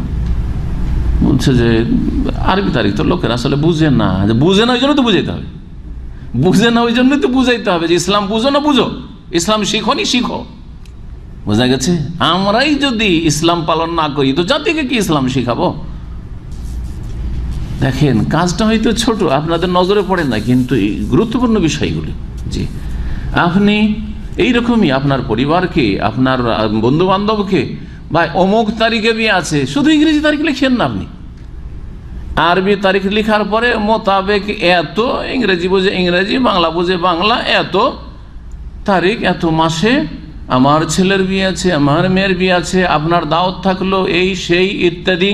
তো এভাবে করেন, এটা দিন আপনার। আপনি এত সস্তা এগুলোকে মনে করিয়েন, হালকা মনে করিয়েন না, এটা দিন। উদখুলু ফিস সিলমে কাফা, পূর্ণরূপে মুসলিম হও, ইসলামে পুরোপুরি প্রবেশ করো। কিছুটা ঢুকে আসেন, কিছুটা ইসলামের বাইরে, এভাবে। আরবি মাস মুখস্থ নেই, আরবি তারিখ মোটেই জানে না, জাতি তো মুসলিম, কখন রমজান শুরু হবে, হ্যাঁ আর কয়দিন বাকি আছে, ও জিজ্ঞাসা করে আর কয়দিন বাকি আছে, হুজুর কয়দিন আর বাকি আছে রমজান আসতে, হ্যাঁ আর আশুরা রোজা আসতে কয়দিন বাকি আছে, কখন আশুরা রোজা, আরাফার রোজা কখন, কিচ্ছু জানে না। এই হিজরি ক্যালেন্ডারের সাথে দিনের সম্পর্ক, রোজার সম্পর্ক, হজের সম্পর্ক, ঈদের সম্পর্ক, পক্ষান্তরে ইংরেজি মাসের সাথে বাংলা মাসের সাথে কোনো কিছু সম্পর্ক নেই। আমাদের আছে ইসলামের ধর্মকর্মের কিছু আছে সম্পর্ক, কিছু সম্পর্ক নেই। ঈদ, ঈদ উল ফিতর কয় তারিখে, কয় তারিখে, হ্যাঁ শাওয়ালের 1 তারিখে, ইংরেজি আছে, বাংলা আগে পরে হবে, আগে পরে হবে, ওর সাথে কোনো সম্পর্ক নেই। কি মিলবে আপনি মিলিয়ে নেন না, ঠিক না? ঈদুল আজহা 10ই জিলহজ, দেখেন জিলহজের সাথে। সুতরাং আপনাকে এগুলো ব্যবহার করতে হবে, শুধু ইবাদত বন্দেগীর ক্ষেত্রে, জীবনের প্রতিটি ক্ষেত্রে প্রয়োগ করেন। এইরকমই আশুরার মুহররম মাসে আশুরা 10 তারিখের বিদাত হচ্ছে। কিছু বিদাত আছে নাসেবীদের, আলে বাইত বিদ্বেষী, রাসূলুল্লাহ সাল্লাল্লাহু আলাইহি ওয়াসাল্লামের বংশধরের সাথে যাদের বিদ্বেষ দুশমনী রয়েছে তাদের, যদিও তাদের সংখ্যা আলহামদুলিল্লাহ ভারত, বাংলাদেশ, পাকিস্তানে কম আছে। পাকিস্তানে শুনেছি কিছু নাসেবী আছে, আর সামদেশে আছে, বিভিন্ন দেশে আছে নাসেবী যাদের রাসূলুল্লাহ সাল্লাল্লাহু আলাইহি ওয়াসাল্লামের আলে বাইতের সাথে বিদ্বেষ বা দুশমনী। আর আরেকজন রাসূলুল্লাহ সাল্লাল্লাহু আলাইহি ওয়াসাল্লাম আলে বাইতের দোহাই দিয়ে তাদের মহব্বতের নামে তারা সীমা লঙ্ঘন করেছে, বাড়াবাড়ি করেছে, এমনকি তারা বড় বড় শিরক কুফরি করেছে, ইয়া আলী, ইয়া হুসাইন, আর তাদের শোক মাতম কিয়ামত পর্যন্ত চলতে আছে। দুইটি দল গোমরা হয়েছে, এদিকে নাসেবী গোমরা, এদিকে রাফেজি শিয়া গোমরা। আর আহলে সুন্নাত ওয়াল জামাত তার মাঝখানে মধ্যপন্থী উম্মাতান ওয়াসাতা, ওয়া কাযালিকা জাআলকুম উম্মাতান ওয়াসাতা, মধ্যমপন্থী উম্মাহ। যারা নাসেবী তারা এই দিনে করে কি, মেহেন্দি লাগায়, গোসল করে, তারপর ভালো ভালো খাদ্যের ব্যবস্থা করে, মুরগা মুসাল্লাম, পোলাও, মিষ্টি ইত্যাদি। কেন? তাদের এটা আনন্দের দিন, তাদের এটা কিসের দিন? আনন্দ খুশির দিন। জি, এই মর্মে যে হাদিসটি রয়েছে সে হাদিসটি জাল। হাদিসটি মিশকাতে আছে, মান ওয়াসা আলা আয়ালিহি, যেই ব্যক্তি আশুরার দিনে নিজের পরিবারকে ভালো ভালো খাওয়া দাওয়া করবে, ভালো করে বেশি করে খরচ করবে, ওয়াসা আল্লাহু আলাইহি, আল্লাহ তার রিজিক প্রশস্ত করবেন। একেবারে জাল হাদিস, ওর ভাষায় বলছে যে জাল। এগুলো ভাবিয়েন না যে এগুলো কি, এগুলো আসলে এইরকম পালনকারী নেই আমাদের দেশে। মিশকাতের হাদিসের খুব গুরুত্ব। মিশকাতে জালও আছে, জয়ীফও আছে, সহিও আছে, হাসানও আছে। আমি আলেমকে জানি যে এই আশুরার দিনে ছেলে মেয়েকে, কারণ ও সহি জয়ী বুঝতো না আগের আলেমরা অনেকেই, কি করতো, বাড়িতে হালুয়া, রুটি, মিষ্টি কিছু একটা তৈরি হবে, ক্ষীর পায়েস তৈরি হবে, তারপরে গোস্ত তো হইতেই হবে, গোস্ত মাছ হইতে হবে, ভালো একটু খাবার ছেলে মেয়েকে খাওয়াইতো। এই হাদিসের উপর আমল করতে, অথচ জাল হাদিস। এই হাদিস সম্পর্কে ইমাম ইবনে তাইমিয়া রাহিমাহুল্লাহ বলছেন, লাম ইয়ারিদ ফি যালিকা হাদিসুন সহিহুন আনিন নবী সাল্লাল্লাহু আলাইহি ওয়াসাল্লাম, নবী সাল্লাল্লাহু আলাইহি ওয়াসাল্লাম থেকে কোনো সহিহ হাদিস বর্ণিত হয়নি যে এই দিনে মেহেন্দি লাগাবেন, গোসল করবেন, ভালো ভালো খাবার খাওয়াবেন, নিজেরা খাবেন। ওয়ালা আনা আসহাবে সাহাবায়ে কেরামদের কোনো আমল নেই। ওয়ালা ইস্তাহাব্বা যালিকা আহাদু মিন আইম্মাতিল মুসলিম আইমা আবু হানিফা, শাফি, মালিক, আহমদ, তারা এইরকম কোনো কিছুকে মুস্তাহাব বলেননি। ওয়ালা রাওয়া আহলুল কুতুবিল মুতামাদা ফি যালিকা শাইআন, এই মর্মে যেগুলি বিশ্বস্ত বা নির্ভরযোগ্য কিতাব, নির্ভরযোগ্য গ্রন্থ, বুখারী, মুসলিম, আবু দাউদ, নাসাঈ, তিরমিজি, ইবনে মাজাহ, এইরকম যত হাদিসের কিতাব রয়েছে যেগুলোতে সহিহ হাদিস রয়েছে যথেষ্ট, তো সেই সব কিতাবে লা সাহিহান ওয়ালা দাইফান, সহিহও নেই, জয়ীফ হাদিস নেই। ওয়ালা ইউরাফু শাইউম মিন হাযিহিল হাদিসে আলা আহাদিল কুরুনিল মুফাদ্দালা, স্বর্ণযুগে এইরকম হাদিস জানা যায়নি, না কোনো সাহাবী, তাবেঈ এসব থেকে বর্ণিত রয়েছে। ইমাম হার বলছেন, সাল তো আহমদ আনিল হাদিস আল্লাযী জা ফি মান ওয়াসা আলা আহলিহি ইয়াউমা আশুরা ফালাম ইয়ারাহু শাইআন, বলছেন যে ইমাম আহমদ রাহিমাহুল্লাহকে জিজ্ঞেস করলাম যে যেই ব্যক্তি আশুরার দিনে ভালো ভালো খাবার খাবে আর খাওয়াবে ছেলে মেয়ে পরিবারকে, আল্লাহ তার রিজিক প্রশস্ত করবেন, বলছে এই তখন ফালাম ইয়ারাহু, এই হাদিসটিকে তিনি কোনো কিছুই গণ্য করেন, মানে একটা যে সহিহ বা জয়ীফ হাদিস, জয়ীফ হাদিস বলেও তিনি গণ্য করেননি। লাতায়েফ নামক কিতাবের 125 পৃষ্ঠা। ইমাম ইবনে তাইমিয়া রাহমাতুল্লাহ আরও বলছেন, কামা ইয়াযকুর ফি ফাযাইল আশুরা, আশুরা ফজিলতে মানুষ বর্ণনা করে থাকে, মিনাত তাওসি আলাল আয়াল, পরিবারকে ভালো ভালো খাবার এবং তা ভালো পোশাক পরানো, এবং সেই দিনে মোসাফা করা একে অপরের সাথে, সেই দিনের হেন্না, মেহেন্দি লাগানো, খেজাব লাগানো, আল ইগতিসাল, গোসল করা, ওয়াজকুরনা ফিহি সালাতান, আর কোনো বিশেষ নামাজ পড়া, কুল্লু হাযা কাযিবুন আলা রাসূলিল্লাহ সাল্লাল্লাহু আলাইহি ওয়াসাল্লাম, এগুলি সব রাসূলুল্লাহ সাল্লাল্লাহু আলাইহি ওয়াসাল্লামের ওপর মিথ্যা অপবাদ দেওয়া, আরোপ করা। লাম ইয়াসিহ ফি আশুরা ইল্লা ফাযলু সিয়ামিহি, আশুরাই 10ই মুহররমে রোজা রাখার ফজিলত ছাড়া কোনো কাজের ফজিলত নেই, কোনো কাজের ফজিলত নেই। ফাতাওয়া কুবরা ইমাম ইবনে তাইমিয়ার 37-38 খণ্ডে যে ফাতাওয়া রয়েছে তাতে এই কথাটি তিনি বলেছেন। আরেকটি বিদআত রয়েছে আশুরাই বা মুহররম মাসে, মুহররম মাসে বিয়ে শাদী করা ঠিক নয়, এটা বাঙালিদের মধ্যে রয়েছে। জানেন না জানেন আপনারা? এই কয়দিন আগে আমাকে একজন জিজ্ঞেস করছে যে শেখ নাকি মুহররম মাসে বিয়ে শাদী করা ঠিক নয়, কেন ঠিক নয় জানেন? মানে বিয়ে শাদী মানে আনন্দ উৎসব। এই দিনে নবীর নাতি শহীদ হয়েছে, আর তুই তোর মেয়ের বিয়ে দিবি, আর তুই বিয়ে করবি, এই ধারণায় এই কুসংস্কার এসছে। জি হ্যাঁ, এইভাবে বিদাত শুরু হয়েছে। কথা বুঝতে পেরেছেন? শুভাত, এগুলি শুভাত, সংশয়। এই যে শুভাতের রোগ বলেছেন না, বিদাত তৈরি হয় কিসে? জুমার পর আমি তফসিরে কিন্তু বলেছি, শুভাত সংশয়ের রোগ পয়দা। এই সংশয়ের রোগ থেকে শিরিক তৈরি হয়, বিদাত হয়। এই বিদাত হয়েছে। তো মুহররম মাসে হোক অথবা অন্য কোনো মাসে কোনো দিনে বিয়ে সফল হবে না বা বিয়ে করানো ঠিক নয়, বিয়ে করা ঠিক নয়, এই ধারণাই বিদাতি ধারণা। যে কোনো মাসে যে কোনো দিনে বিয়ে করতে পারেন। শনিবারে বিয়ে আমাদের দেশের লোকেরা করায় না। আমাদের দেশের লোকের অধিকাংশ লোকের বিয়ে হয় শুক্রবার, না হয় সোমবার, শুক্রবার না সোমবার, না হয় বৃহস্পতিবার।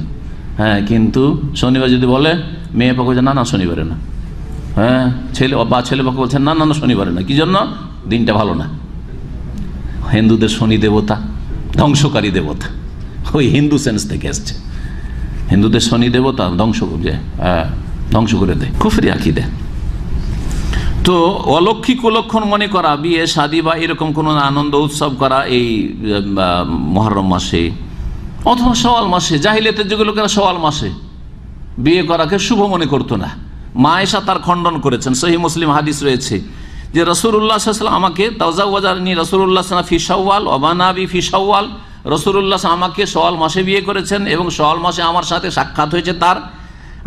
আর ফাইয়্যু নিসাই রাসূলিল্লাহ কানা আহযা ইনদাহু মিন্নি।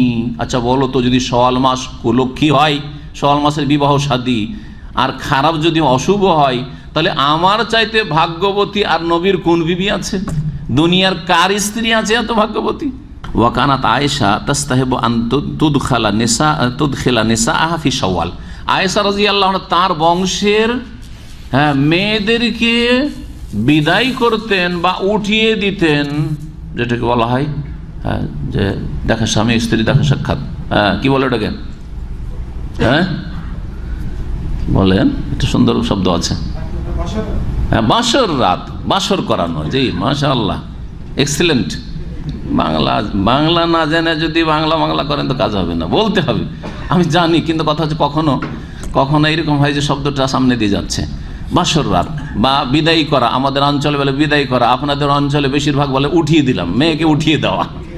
হ্যাঁ, তো উঠিয়ে দেওয়া এগুলো তার ভাষা নেই, কিন্তু বাসর রাত, হ্যাঁ বাসর হইল, এটা হচ্ছে ভাষা। জাফাফ, আরবিতে বলে জেফাফ, হ্যাঁ লাইলাতুল জাফাফ, হ্যাঁ উর্দুতে বলে যে হ্যাঁ সোহাগরা। তারপরে না, এটা তো হিন্দি থেকে আসছে, কিন্তু ভালো উর্দু আছে ইয়মে জাফাফ বলা হয়। বাসর করানো, বিয়ে করানো, এগুলো শুভ হবে না। আয়েশা রাদিয়াল্লাহু তাআলা এই বিদাতীদের বা জাহেলি যুগের খণ্ডনের জন্য কি করতেন? তার বংশের মেয়েদেরকে উঠিয়ে দিতেন, বাসর করাইতেন। কোন মাসে? শাওয়াল মাস। সবগুলিকে বিদায় করতেন, যা স্বামীর ঘরে যা, তুই শাওয়াল মাসে যা। মুসলিম শরীফের হাদিস। আশুরা মুহররমের বিদাত হচ্ছে রাফেজি শিয়াদের বিদাত। এটা হচ্ছে শোকের দিন, মাতমের দিন। হ্যাঁ, গাল চাপড়ানো, বুক চাপড়ানো, শুধু তাই নয়, অস্ত্র, ধারালো অস্ত্র নিজের শরীরে, মাথায়, ছোট ছোট নাবালক বাচ্চাদের, ছেলে মেয়েদের শরীরে অস্ত্র দিয়ে আঘাত করা, রক্তিত হয়ে যাওয়া, এই সমস্ত কিছু কুসংস্কার, এমন জঘন্য কুসংস্কার যে যার পরিণাম হচ্ছে জাহান্নাম, এতে কোনো সন্দেহ নেই। জাহেলি যুগের লোকেরা লজ্জিত হবে এদের কাছে। কালা ইবনে রাজব, ইবনে রাজব রাহিমাহুল্লাহ, খুব বড় ইমাম ছিলেন, তিনি বলেন ওয়া আম্মা ইত্তিখাযুহু মাতামান কামা তাফালু রাফেজা। এই আশুরার দিনকে মাতমের দিনে, শোকের দিনে পরিণত করা, যেমন রাফেজি শিয়ারা করে। লি আজালে কাতলিল হুসাইন রাদিয়াল্লাহু আনহুর শাহাদাত, বা সেই দিনে তিনি নিহত হয়েছেন, এই জন্য ফাহুয়া মিন আমালি মান দাল্লা সায়ুহু ফিল হায়াতিদ দুনিয়া। এইটা ওই সব পথভ্রষ্টদের কাজ যাদের পার্থিব যুগের মেহনত, দুনিয়ার মেহনতটা ভ্রান্ত পথে হয়েছে। মেহনত তো করলো, কষ্ট করলো, নিজেকে রক্তিত করলো, শোক মাতম করলো, কিন্তু কাজকর্ম ছেড়ে দিয়েছে 3 দিন আগে থেকে। রাফেজি শিয়ারা দোকানপাট বন্ধ, হ্যাঁ সবজি মার্কেট বন্ধ, জি হ্যাঁ কাজকর্ম নেই, ডিউটি ছুটি থাকার না থাকো ডিউটি অফ করে দিয়েছে। দাল্লা সায়ু ফিল হায়াতিদ দুনিয়া, পার্থিব জগতের পার্থিব জগতে তাদের ভ্রান্ত পথে মেহনত পরিশ্রম হয়েছে। ওয়াহুয়া ইয়াহসাবু আন্নাহু ইউহসিনু সুন্নাহ, কিন্তু ধারণা যে খুব ভালো কাজই করছি, ধারণা যে ভালো কাজই করছি। আল্লাহ এদিকে সবচেয়ে বেশি ক্ষতিগ্রস্ত করেছে সূরাতুল কাফের শেষ রুকুর একটি আয়াত, কুল হাল নুনাব্বিউকুম বিল আখসারিন আমালা। হে নবী, বলে দাও মানুষকে, মুসলিমদেরকে, তোমাদেরকে কি বলে দেব, সংবাদ দেব, বিল আখসারিন আমালা, আমলের দিক থেকে বেশি ক্ষতিগ্রস্ত কারা, আমল করে কর্ম করেও বেশি ক্ষতিগ্রস্ত কারা, আল্লাযীনা দাল্লা সায়ুহুম ফিল হায়াতিদ দুনিয়া, যাদের মেহনত পরিশ্রম ভুল পথে ভ্রান্ত পথে হয়েছে। মেহনত করেছে কিন্তু ভুল পথে, নামাজ পড়ছে কিন্তু বেদাতি নামাজ, বেকার মেহনত। রোজা রাখলো আশুরা, নামাইতা নাসুমা গাদান দিয়ে সাহারি খাওয়া, ভুল পথের মেহনত। বোঝা গেছে কিনা? এরকম যে কোনো ভুল পথের মেহনত, নবীর পথে মেহনত হইল না, নবীর আদর্শ তরিকায় মেহনত হইল না, ভুল পথের মেহনত। আল্লাহ কোরআনে বলছেন, কিন্তু তাদের ধারণা যে আমরাই ঠিক, ওরা ভুল, আমরাই ভালো কাজ করছি। অথচ এমন ক্ষতিগ্রস্ত যে আমেলাতুন নাসিবা, কঠোর পরিশ্রমও করেছে, আমলও করেছে, কষ্ট ক্লেশ করেছে, তাসলা নারান হামে, জ্বলন্ত আগুনে ঢুকতে হবে। সূরা কাহফের আয়াত নম্বর 104। মুসলিমরা ইহুদিদের বিরোধিতা করে কিসের মাধ্যমে? শুরুতে বলেছি বিরোধিতা, হ্যাঁ, কিসের মাধ্যমে? রোজা ওরা একটা রাখতো, আমরা দুটো রাখি। আর ইহুদিরা, খ্রিস্টানরা এই দিনটিকে উৎসবের দিন মনে করতো, আমরা উৎসব মনে করি না, আর শোকও মনে করি না। উৎসবও না, এটা উৎসব। ঈদ যদি হতো, আমাদের ঈদের দিনে রোজা রাখা মানা, আমরা এই দিনে কি করি? রোজা রাখি, এর মাধ্যমে এটা উৎসব মনে করি না। ইহুদিরা একটা দিক বিরোধিতা হচ্ছে তাদের উৎসবের দিন, আমাদের উৎসবের দিন রোজার দিন, আমরা উৎসবের দিন ঈদের দিন রোজা রাখা জায়েজ মনে করি না, হারাম মনে করি, ঠিক না? এদিক দিয়ে বিরোধিতা। আর আমরা দুটো রোজা রাখি, তারা একটা রাখে, তাহলে দুই দিক দিয়ে আমরা বিরোধিতা করলাম তাদের। শিয়া রাফেজিদের বিরোধিতা করবেন, তারা কিয়ামত পর্যন্ত শোক করতে থাকে। আপনি 3 দিনের বেশি শোক কারো ওপর করতে পারবেন না। এই বিরোধিতা রাফেজিদের, শিয়াদের, ইরানি গুমরাহদের, ইরানি রাফেজি, তাদের বিরোধিতা, বা যেখানে যারা রাফেজি শিয়া রয়েছে তাদের এইভাবে বিরোধিতা আমরা করি। নবী সাল্লাল্লাহু আলাইহি ওয়াসাল্লাম আমার উম্মতের লোক না, লাইসা মিন্না মাল্লাতামাল খুদুদ, যারা গাল চাপড়ায়, গালে মারতে থাকে, অশাক্কাল জুইবার, কাপড় চোপড় ফাড়তে থাকে, ওয়া দাবে দাওয়াল জাহিলি, আর জাহিলিয়াতের যুগের শিরকি বিদাতি কুফরি ডাক ডাকে, জি, স্লোগান দেয়, ইয়া হুসাইন, ইয়া আলী, ইয়া হুসাইন, এইসব করে। জাহিলিয়াতের দাওয়াত, শিরকি বিদাতি গুমরাহি দাওয়াতগুলো হচ্ছে জাহিলিয়াতের দাওয়াত। এরা আমার দলভুক্ত না, আমার উম্মতের না, মুত্তাফাকুন বুখারী মুসলিমের হাদিস। এইরকমই যারা নাসেবী নবী বংশের সাথে বিদ্বেষ রাখে, তাদের আমরা বিরোধিতা করি, যে আমরা এই দিনে ভালো ভালো খাবার খাওয়াবো, এরকম কাজ করব না, বরং সাধারণভাবে আমরা যেমন অন্য দিনে খাওয়া দাওয়া করি, খাওয়া দাওয়া খাওয়াই ছেলে মেয়েদেরকে, ওই রকমই করবো। আর আমরা রোজা রাখবো এই দিনে। তারপরে শেষখানে আলোচনা শেষ করতে গিয়ে আল্লাহর প্রশংসা করি, আল্লাহর শুকরিয়া আদায় করি যে আল্লাহ আমাদের সময়ে বরকত দান করেছেন, আয়ুতে বরকত দান করেছেন, সুস্থ রেখেছেন, যে আল্লাহ 1438 পার করে আবার 1439 আমাদেরকে আসার তৌফিক দান করেছেন, আমাদের আয়ুকে আরও কিছু দিন দীর্ঘ করেছেন, সময় দিয়েছেন আল্লাহ রাব্বুল আলামিন। আমাদের আশপাশ থেকে অনেকে চলে গেছে দুনিয়ার, গত বছরে কত আমাদের দিনী ভাইরা চলে গেল, গেল না? গেল না? আমিও তো সেই লোকটি হইতে পারতাম, আপনিও তো সেই লোকটি হইতে পারতেন। তো আল্লাহ যে এই সময়গুলি আমাদেরকে দিয়েছে, এর জন্য আল্লাহর কি করতে হবে? শুকরিয়া আদায় করতে হবে এবং ভালো মানুষ হওয়ার চেষ্টা করতে হবে। ভালো মানুষকে এই মর্মে একটি হাদিস তিরমিজির শুনে, হাদিসটি সহিহ, খায়রুন নাস মান তালা উমরুহু ওয়া হাসুনা আমালুহু, সবচেয়ে ভালো মানুষ ওরা যাদের আয়ু তো লম্বা আর তার সাথে সাথে আমলও ভালো। তো আয়ু যখন আল্লাহ লম্বা করেছেন, সময় কিছু দিয়েছেন, তাহলে ওতে আমল ভালো করার চেষ্টা করেন। ওয়া শাররুন নাস, আর সবচেয়ে নিকৃষ্ট মানুষ কারা? মান তালা উমরুহু, যথেষ্ট আয়ু লম্বা পেয়েছে, দীর্ঘ আয়ু পেয়েছে, কিন্তু ওয়াসা আমালুহু, আমল খারাপ, 50-60 বছর হয়ে যাচ্ছে, 5 ওয়াক্ত নামাজ পড়ার তৌফিক হচ্ছে না, ফজর পড়ার তৌফিক হচ্ছে না, মসজিদে যাওয়ার তৌফিক হচ্ছে না, বাড়িতেই নামাজ পড়ছে মহিলা সেজে। 60-70 বছর দাড়ি পেয়ে গেছে, চুল পেয়ে গেছে, দাঁড়িয়ে রাখার তৌফিক হচ্ছে না। 60-70 বছর বয়স হয়ে যাচ্ছে, আর কি শখ আছে? টাকনার নিচে হারাম কাপড়ে এখনো পড়ে, 70-80 বছর বয়স হয়ে যাচ্ছে, এখনও হারাম খাওয়া, সুদ খাওয়া, আর জমি বন্ধক দিয়ে এই ফসল খাওয়া, হারাম, এই সুদ, এসব ছাড়ছে না। লোভ আরও বাড়তে আছে, লোভ আরও বাড়তে আছে। আমল খারাপ, অথচ আল্লাহ যথেষ্ট সময় দিয়েছেন। আল্লাহ রাব্বুল আলামিন যেন আমাদেরকে আমাদের আয়ুতে বরকত দান করেন এবং আমাদেরকে ভালো আমলের তৌফিক দান করেন। আল্লাহ রাব্বুল আমাদেরকে সৎকর্মশীলদের দলে সামিল করেন এবং আল্লাহ রাব্বুল আলামিন আমাদের হায়াতে বরকত দান করেন, সুস্থতার সাথে রাখেন। আল্লাহ রাব্বুল দিন দুনিয়ার কল্যাণ দান করেন। রব্বানা আতিনা ফিদ দুনিয়া হাসানা ওয়া ফিল আখিরাতি হাসানা ওয়া কিনা আযাবান্নার। ওয়া সাল্লাল্লাহু ওয়া সাল্লামা আলা নবিয়িনা মুহাম্মদ ওয়া আলা আলিহি